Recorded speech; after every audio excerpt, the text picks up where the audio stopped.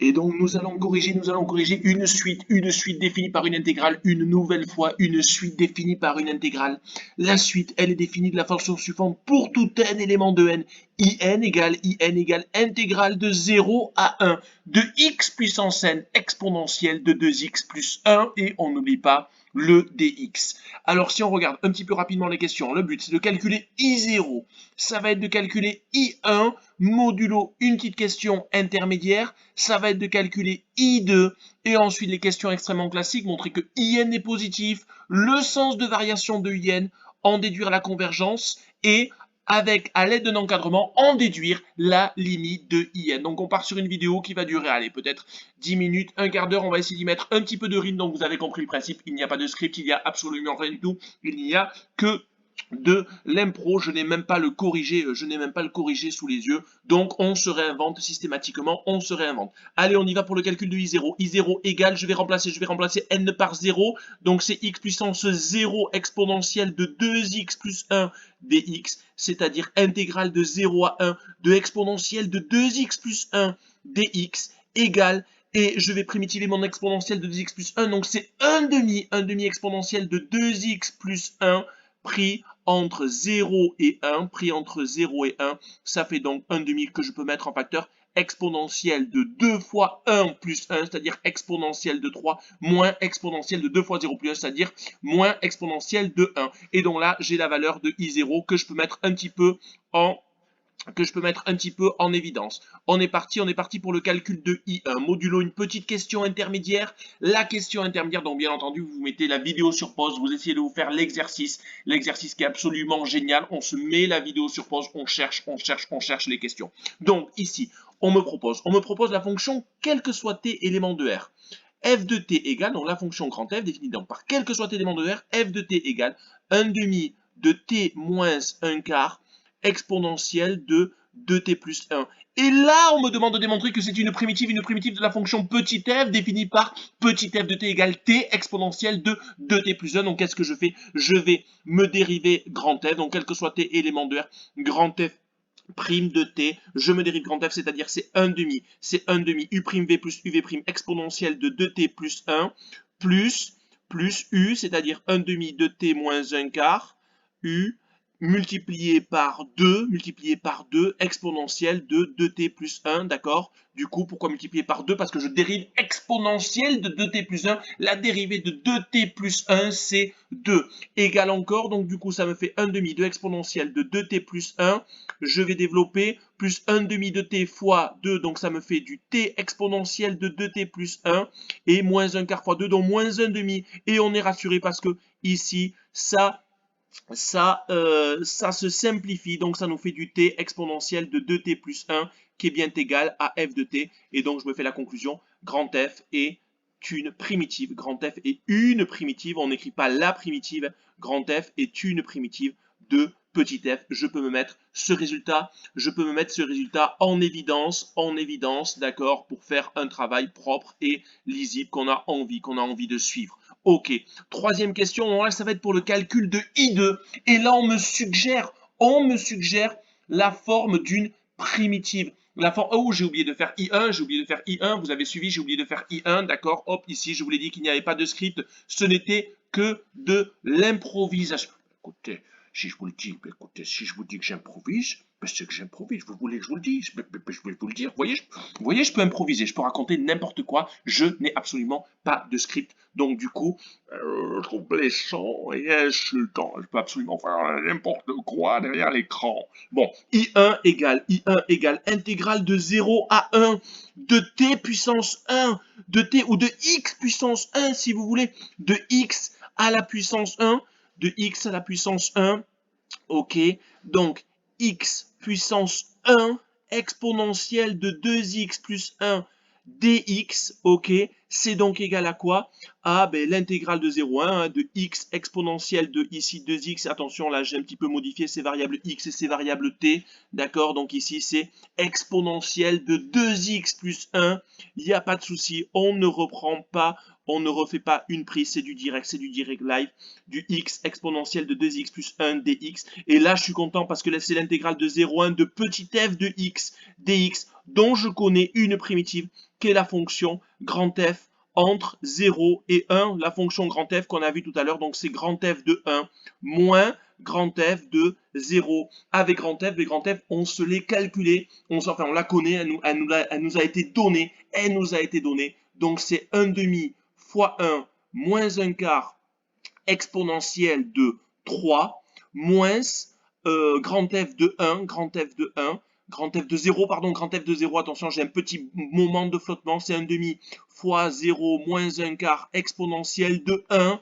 ok, et donc je vais ici simplifier, donc ça fait 1 demi moins 1 quart qui font 1 quart de E au cube, et moins 1 quart, donc plus 1 quart de plus 1 quart de E, et donc là, j'ai la valeur de I1 que je peux me mettre en évidence, j'espère, mais toi qui es derrière l'écran, tu vérifies mes calculs, bien entendu, tu pourras pas me le dire, il y a peut-être une petite erreur, non, je me le refais là un petit peu de tête, je suis confiant, j'ai confiance en mon résultat, et là, je vais partir pour le calcul de I2, je vais partir pour le calcul de I2, là, question 3, là, en déduire I2, avec, et là, on me demande de trouver la primitive, on me suggère une forme pour la primitive, donc, du coup, on me propose la fonction grand G de t. Donc, quel que soit t éléments de R, la fonction grand G de t qui est égale à at carré plus bt plus c exponentielle de 2t plus 1. D'accord? Je vais me la dériver. Je vais me dériver grand G. Je pourrais m'écrire grand G, dérivable, bon, d'accord, c'est pas là le cœur du sujet. C'est pas le cœur du sujet. Allez, je me la dérive, quel que soit t élément de R, grand G' de t égale. Donc, ça me fait du 2at plus b fois la première exponentielle, plus mon polynôme at carré plus bt plus c fois la dérivée de la seconde. Donc, il y a ce 2 qui sort, donc de at carré plus bt plus c exponentielle de 2t plus 1 égale quoi? Donc, du coup, je vais mettre mon exponentielle en facteur, ordonner mes termes. Donc, ça me fait du 2at carré, le terme en t carré, le terme en b, en t, le terme en t, c'est du 2a plus 2b, donc plus 2a plus 2b t, et le terme constant, c'est b plus 2c, plus b plus 2c exponentielle de 2t plus 1. Ok, donc là, j'ai g' de t qui est égal à cette expression-là, ok, et donc du coup, nous, on veut quoi? On veut que grand G soit une primitive de petit g. On veut que grand G soit une primitive de petit g du t carré exponentiel de 2t plus 1. Donc, du coup, on va se mettre quoi? Quel que soit t éléments de R, grand G' de t égale petit g de t. Et là, je me fais un fantastique raisonnement par équivalence. Donc, du coup, quel que soit t éléments de R, ça veut dire quoi? Ça veut dire que 2at carré plus 2a plus 2b t plus b plus 2c fois mon exponentielle de 2t plus 1 qui est égal à t carré exponentielle de 2t plus 1. Je vais pouvoir, comme l'exponentielle est non nulle ici, je vais pouvoir dire que c'est équivalent à 2at carré. Je peux même m'enlever les parenthèses. 2at carré plus 2a plus 2b t plus b plus 2c égale t carré. Alors là, j'ai fait quoi? J'ai divisé par l'exponentielle. Et j'ai le droit d'avoir divisé par l'exponentielle parce que mon exponentielle, je vais me le mettre ici, mon exponentielle, elle est non nulle. Exponentielle de 2t plus 1, c'est différent de 0. Donc, équivalent à quoi? Je vais m'ordonner mes termes et me faire passer le t carré de l'autre côté. Donc, ça me fait du 2a moins 1. Du 2a moins 1 t carré, c'est le t carré qui passe de l'autre côté que je mets en facteur. Facteur de 2a plus 2b t plus b plus 2c qui est égal à 0. Ok, qui est égal à 0. Hop, plus 2bc qui est égal à 0. Et donc là, j'ai un polynôme qui est nul. J'ai un polynôme du degré 2 qui est nul. Pourquoi est-ce qu'il est nul? Parce que c'est valable. Quel que soit t, c'est valable. Quel que soit t, élément de R, c'est valable. Quel que soit t, élément de R, Donc, du coup, j'ai le polynôme nul. Donc, du coup, je vais m'enlever ce quel que soit t, élément de R et avoir un fantastique système par unicité de l'écriture du polynôme nul, par unicité de l'écriture du polynôme nul. Donc c'est 2a moins 1 qui est égal à 0, c'est 2a plus 2b qui est égal à 0, et c'est b plus 2c qui est égal à 0, ok? Donc, équivalent A, je me résolve ce système, 2a moins 1 qui est égal à 0, ça me fait A qui est égal à 1 demi. Ici, ça me fait B qui est égal à moins A, c'est-à-dire moins 1 demi. Et C qui est égal à moins B sur 2, à moins B sur 2, qui va donner du 1 quart moins B sur 2, qui va donner, attention, j'ai sauté une petite étape, mais c'est pas grave, j'espère que je ne fais pas d'erreur de calcul. Donc ici, on va se mettre donc la fonction qui à t associe grand G de t qui est égal à quoi? Qui est égal à, alors le A il vaut 1 demi, donc ça fait 1 demi de t carré, moins 1 demi de t plus 1 quart exponentielle de 2t plus 1 et une primitive, de quoi? Est une primitive de petit g, est une primitive de petit g. Ça veut donc dire quoi? Ça veut donc dire que je vais pouvoir me calculer I2. Je peux me calculer I2. Pourquoi? Parce que I2, c'est l'intégrale de 0 à 1 de x au carré exponentielle de 2x plus 1, de x au carré exponentielle de 2x plus 1. C'est donc, du coup, c'est l'intégrale de 0 à 1, c'est l'intégrale de 0 à 1 de petit g de x, si on veut la variable x de petit g de x, c'est-à-dire ici, c'est grand G, c'est grand G, c'est grand G, c'est grand G, c'est grand G, c'est grand G, c'est grand G de x, c'est grand G de x entre 0 et 1, c'est grand G de x entre 0 et 1, c'est-à-dire c'est grand G de 1 moins grand G de 0. Ça nous fait donc du 1 demi, moins 1 demi, plus 1 quart, tout ça exponentielle de 3, moins, et grand G de 0, c'est du 1 quart exponentielle de 1. Ok, ça veut donc dire que I2, c'est égal à 1 quart de E au cube, moins 1 quart de E, ok, on peut mettre 1 quart en facteur, c'est plus joli, facteur de E au cube, moins E, ok, je n'ai pas le corrigé sous les yeux, je me réinvente constamment, c'est comme dans la vie, je me réinvente constamment, ok, et donc du coup, là, j'ai la valeur de I2, et on va passer aux questions classiques, aux séquences classiques, la positivité, le sens de variation, la convergence. Donc du coup, question 3, ici, on va se mettre, quel que soit n éléments de n, quel que soit x appartenant à 0, 1, j'ai la fonction qui est sous l'intégrale, donc xn exponentielle de 2x plus 1, qui est positif ou nul. Donc, si c'est positif ou nul, ça veut dire que quel que soit n éléments de n, et là je me supprime le x qui varie entre 0 et 1, j'intègre mon inégalité, xn exponentielle de 2x plus 1 dx, qui est positif. Et donc ça veut dire que quel que soit n éléments de n, je fais tout sur la même ligne, in est positif. Je peux m'encadrer ce résultat important. La démonstration est assez courte, c'est propre, les quantificateurs sont là, c'est absolument génial. Au contraire, je pense que ici la démonstration est assez technique, avec la présence des quantificateurs, la coordination d'onctes, mais où est donc Ornicart? Ça n'a absolument rien à voir, et on a encadré la conclusion en rouge. Donc, du coup, maintenant, ici, le sens de variation, on va s'étudier le signe, quel que soit un élément de n, le signe de quoi? De in 10 n plus 1, de in 10 n plus 1 moins in 10 n, c'est égal à l'intégrale de 0 à 1 de xn plus 1 exponentielle de 2x plus 1 moins xn exponentielle de 2x plus 1, et tout ça fois dx, j'ai regroupé mes deux intégrales en une, et je vais factoriser, je dois étudier un signe, le mot-clé c'est factoriser, ok, intégrale de 0 à 1, je mets x puissance n en facteur, je vais mettre x puissance n en facteur, facteur de quoi? X puissance n fois l'exponentielle, ici quand on factorise, on met le plus de choses possible en facteur, donc fois exponentielle de 2x plus 1, facteur de quoi? Ben facteur de x moins 1, ça il faut arriver à se le factoriser, à se l'écrire simplement, et donc là, je vais regarder chacun de mes termes, j'ai quel que soit x appartenant à l'intervalle 0, 1, j'ai x puissance n, d'accord? On peut se mettre également un petit quel que soit n élément de n, j'ai x puissance n exponentielle de 2x plus 1 qui est positif, et j'ai x moins 1 qui est négatif, donc, ça veut dire que x puissance n exponentielle de 2x plus 1 fois x moins 1, c'est négatif, hein, ça pour tout x appartenant à 0,1, hein, pour x appartenant à l'intervalle 0,1. Donc du coup, je vais intégrer l'intégrale de 0 à 1 de x puissance n exponentielle de 2x plus 1 fois x moins 1, c'est dx, j'oublie pas le dx, j'oublie pas le dx, j'oublie pas le dx, et c'est le but, j'oublie pas le dx, et c'est le but. Donc ici, dx fois ici,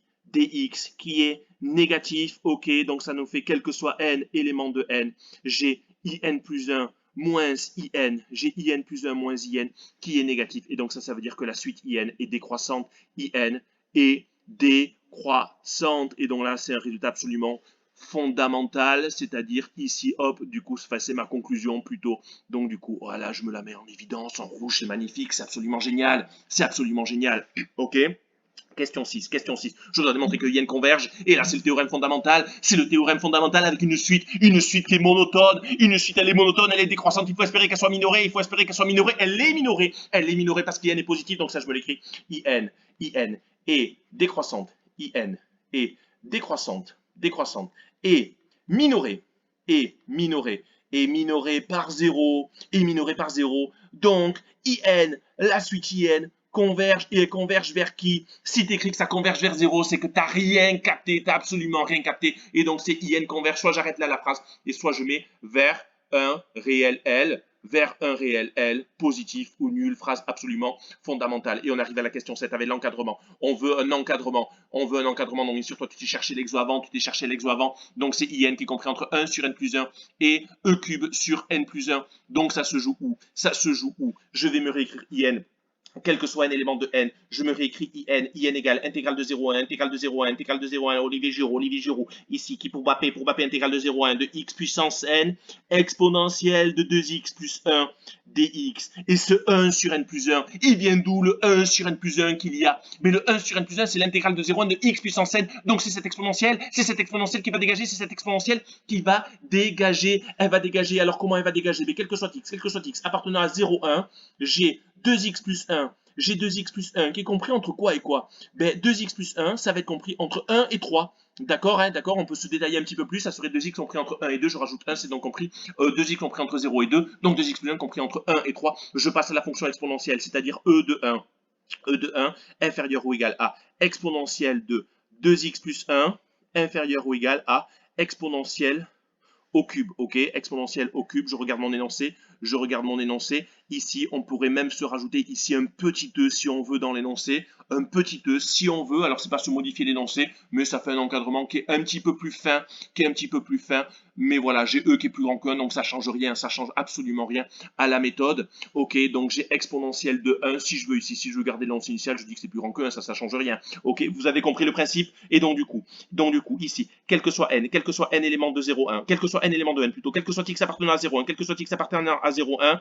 j'ai x puissance n fois e inférieur ou égal à x puissance n exponentielle de 2x plus 1 inférieur ou égal à x puissance n e au cube. Et là, qu'est-ce que je fais?